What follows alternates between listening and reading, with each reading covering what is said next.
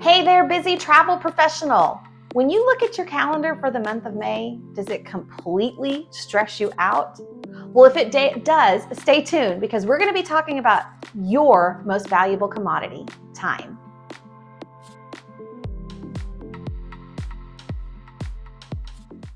Hi, I'm Jennifer with Wanderlust Social, where we help travel professionals just like you create stress-free, easy, and converting marketing for their companies.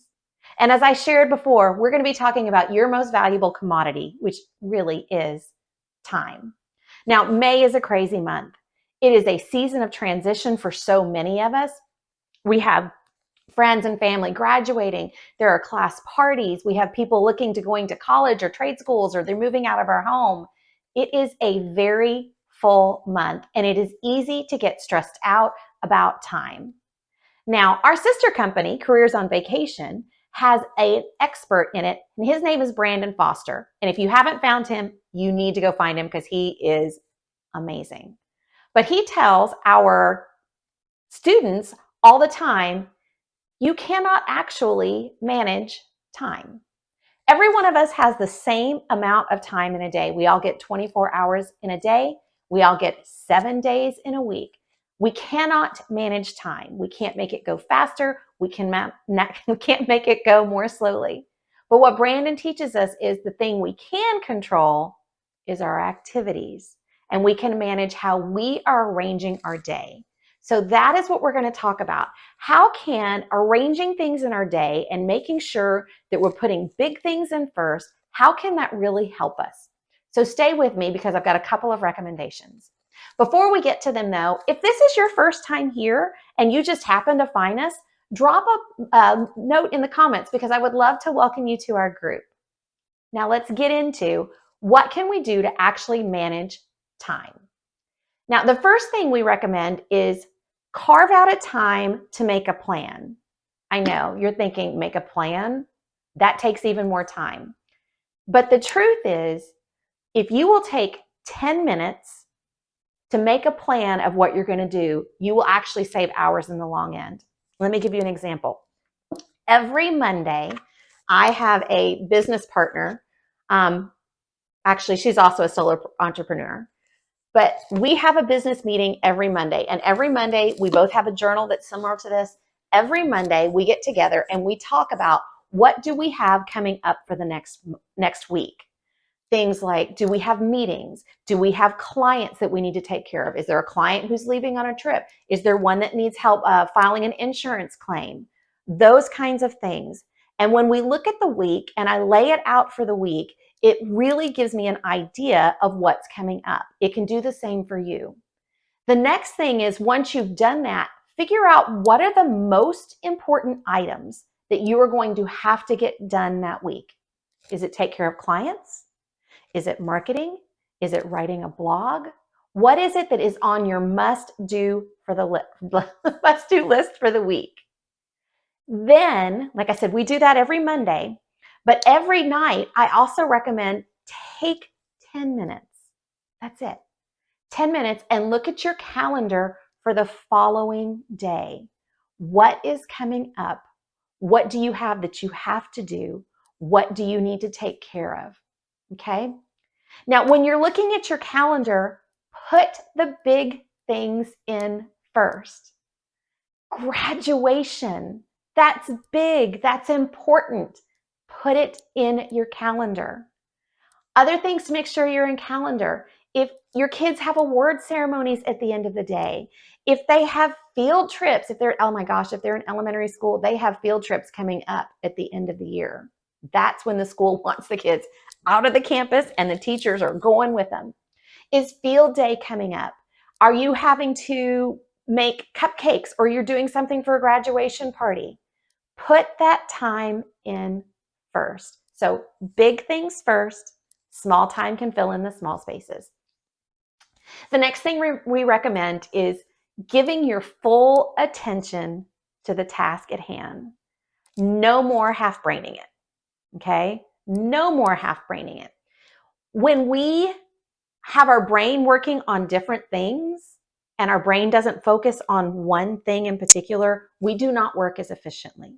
So you really want to remove the distractions. That cell phone that's laying there on your desk because you're worried a vendor is going to call, or you're waiting to hear, did the flight get canceled from a client? It can wait.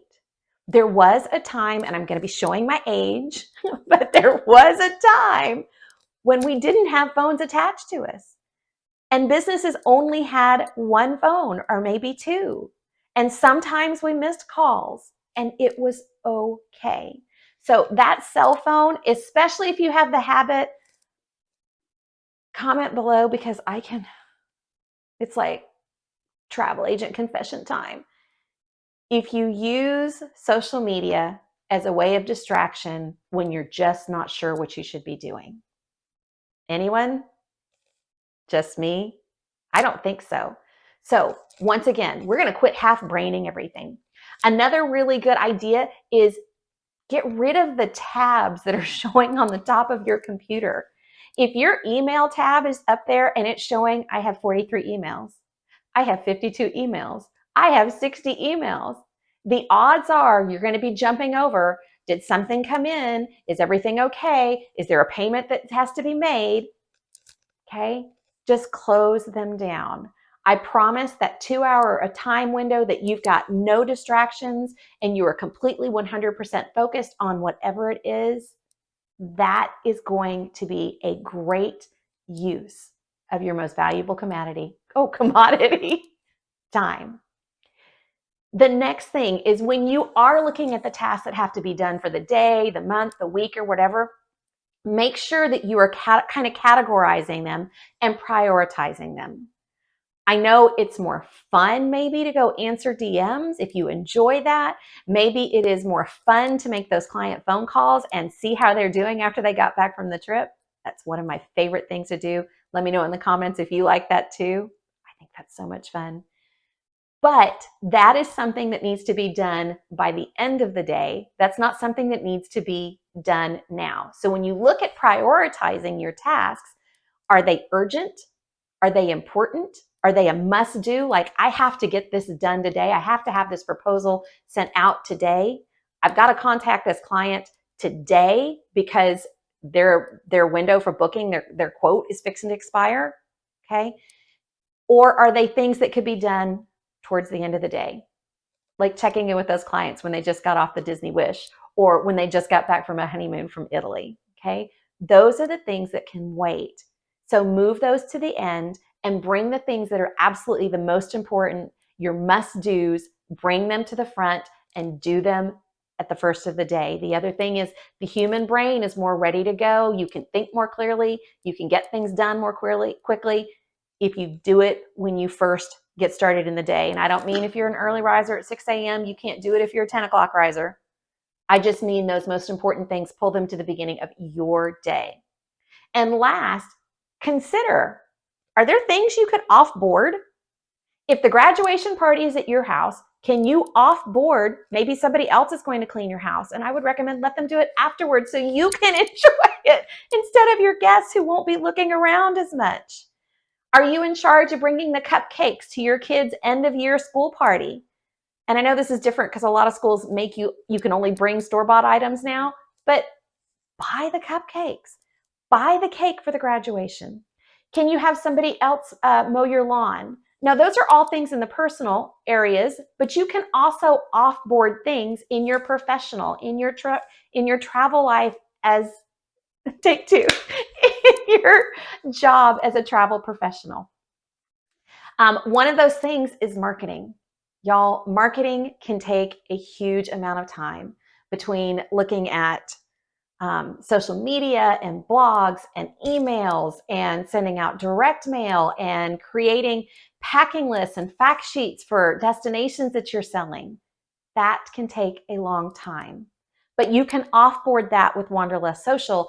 And if you do, again, this is a great use of that commodity and managing those activities because you can have your entire marketing plan, not your social media, not your YouTube video, but your entire plan done in less than 10 hours a month. Yeah, I said month, not week, in a month. So that is something to consider offboarding. We've talked about a lot of things today. Which one of these are you going to try? Which one are you most interested in making sure you're managing activities, because we know we can't really manage time? Let me know in the comments below. And socialites, it has been so much fun to spend just a few minutes with you today. I appreciate you being here, and I will see you next time.